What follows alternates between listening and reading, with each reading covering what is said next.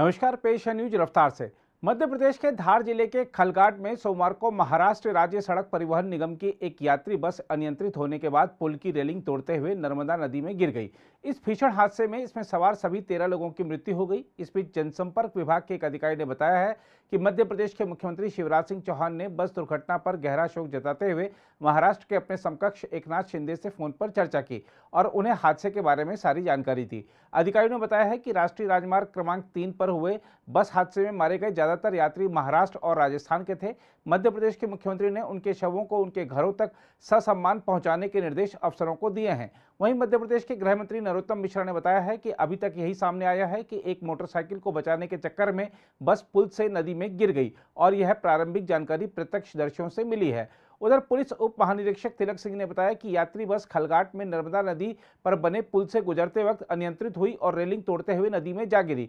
उन्होंने बताया कि बस को क्रेन की मदद से नर्मदा नदी से बाहर निकाल लिया गया है और अब तक 13 लोगों के शव मिले हैं। डीआईजी ने बताया कि रेलिंग तोड़ने के बाद बस पुल के आधार स्तंभ के आसपास कंक्रीट के चबूतरे से वेग से टकराकर मलबे में बदल गई, जिससे इसमें सवार यात्रियों को कुछ सोचने समझने का मौका ही नहीं मिला। उन्होंने कहा कि अगर बस सीधे नदी में गिरती तो संभव था कि कुछ यात्री तैरकर अपनी जान बचा लेते, क्योंकि वहां पानी ज्यादा गहरा नहीं था। संसद के मानसून सत्र की सोमवार को हंगामेदार शुरुआत हुई तथा कांग्रेस सहित कई विपक्षी दलों ने महंगाई, दूध और दही सहित कुछ खाद्य पदार्थों पर जीएसटी लगाए जाने, अग्निपथ योजना और कुछ अन्य मुद्दों को लेकर संसद के दोनों सदनों में हंगामा किया। हंगामे की वजह से दोनों सदनों की कार्यवाही में व्यवधान हुआ, लिहाजा कार्यवाही दिन भर के लिए स्थगित कर दी गई। इससे पहले प्रधानमंत्री नरेंद्र मोदी ने सभी राजनीतिक दलों के सदस्यों से संसद सत्र के समय का सर्वाधिक उपयोग करने का अनुरोध किया। उन्होंने कहा कि वे खुले मन से विभिन्न विषयों पर चर्चा और वाद विवाद करें तथा जरूरत पड़े तो आलोचना भी करें, ताकि नीति और निर्णयों में बहुत ही सकारात्मक योगदान मिल सके। हम आपको बता दें कि संसद का मानसून सत्र 12 अगस्त तक चलेगा। इसमें कुल 26 दिनों की अवधि में 18 बैठकें होंगी। केरल की स्वास्थ्य मंत्री वीना जॉर्ज ने सोमवार को कहा कि दुबई से पिछले हफ्ते राज्य पहुंचे 31 वर्षीय एक व्यक्ति जांच में मंकी पॉक्स से संक्रमित पाया गया है। यह राज्य के साथ साथ देश में मंकी पॉक्स का दूसरा मामला है। मंत्री ने कहा कि 13 जुलाई को केरल पहुंचा मरीज कन्नूर का रहने वाला है और उसका वहां परियाराम मेडिकल कॉलेज में इलाज चल रहा है। उन्होंने कहा कि व्यक्ति की स्वास्थ्य स्थिति स्थिर है। मंत्री ने यह भी कहा कि जो लोग मरीज के निकट संपर्क में थे उन सभी पर कड़ी नजर रखी जा रही है। पूर्व प्रधानमंत्री डॉक्टर मनमोहन सिंह और समाजवादी पार्टी के संस्थापक मुलायम सिंह यादव राष्ट्रपति चुनाव में मतदान करने के लिए सोमवार को व्हील चेयर से संसद भवन पहुंचे। 89 वर्षीय मनमोहन सिंह पिछले साल कोविड-19 से संक्रमित होने के बाद से ही अस्वस्थ चल रहे हैं।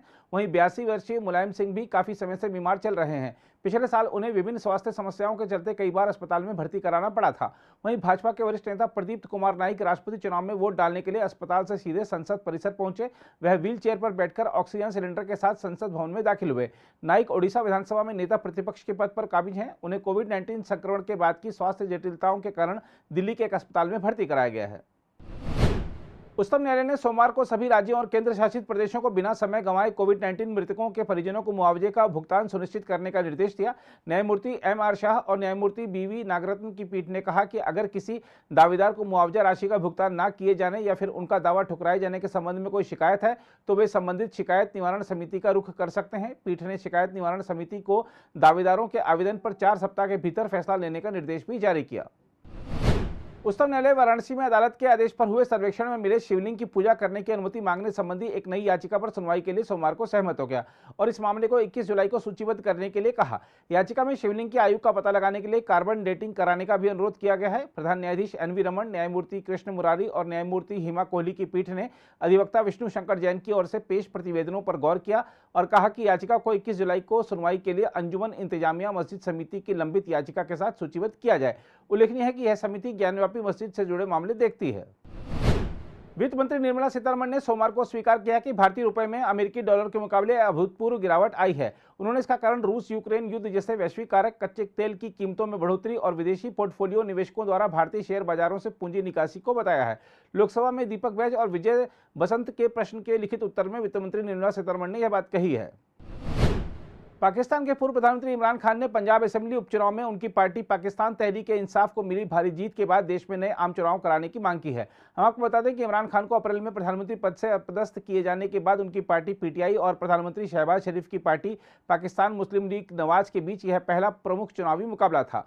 वहीं पाकिस्तान के पूर्व प्रधानमंत्री नवाज शरीफ ने कहा है कि अंतर्राष्ट्रीय मुद्रा कोष से समझौता करने के लिए सरकार ने जो मुश्किल निर्णय लिए हैं उसी के चलते सत्तारूढ़ पाकिस्तान मुस्लिम लीग नवाज पंजाब विधानसभा उपचुनाव में हारी है। इस हार के चलते प्रधानमंत्री शहबाज शरीफ के बेटे और मुख्यमंत्री हमजा शहबाज अपना पद खोने वाले हैं। भारत ने इंग्लैंड के खिलाफ 3 मैचों की श्रृंखला जीतकर अंतर्राष्ट्रीय क्रिकेट परिषद की सोमवार को जारी नवीनतम एक दिवसीय रैंकिंग में तीसरे स्थान पर अपनी स्थिति और मजबूत कर ली। ऋषभ पंत की एक दिवसीय में पहली शतकीय पारी और हार्दिक पांड्या के हरफनमौला खेल से भारत ने तीसरे एक दिवसीय में इंग्लैंड को हराकर श्रृंखला 2-1 से जीती। भारत के नाम 109 रेटिंग अंक हैं, जो चौथे स्थान पर काबिज पाकिस्तान, जिसके 106 अंक हैं, से 3 अंक ज्यादा है। इस तालिका में न्यूजीलैंड 128 अंक के साथ शीर्ष पर है, जबकि इंग्लैंड 121 अंक के साथ दूसरे स्थान पर है। शेयर बाजार में सोमवार को लगातार दूसरे कारोबारी सत्र में तेजी रही और दोनों मानक सूचकांक बीएसई सेंसेक्स और एनएसई निफ्टी 1% से अधिक मजबूत हुए। वैश्विक बाजारों में तेजी के बीच आईटी, तेल और गैस तथा बैंक शेयरों में लिवाली से घरेलू बाजार में तेजी आई। 30 शेयरों पर आधारित बीएसई सेंसेक्स 760.37 अंक यानी 1.41% की बढ़त के साथ 54,521.15 अंक पर बंद हुआ। नेशनल स्टॉक एक्सचेंज का निफ्टी भी 229.30 अंक यानी 1.43% मजबूत होकर 16,200 अंक के पार 16,278.50 अंक पर बंद हुआ। अगर आप भी लेना चाहते हैं देश दुनिया की तमाम जानकारी तो आज ही सब्सक्राइब करें हमारे चैनल को। साथ ही नीचे दिए बेल आइकन को जरूर दबाएं ताकि हर अपडेट आप तक पहुंच सके।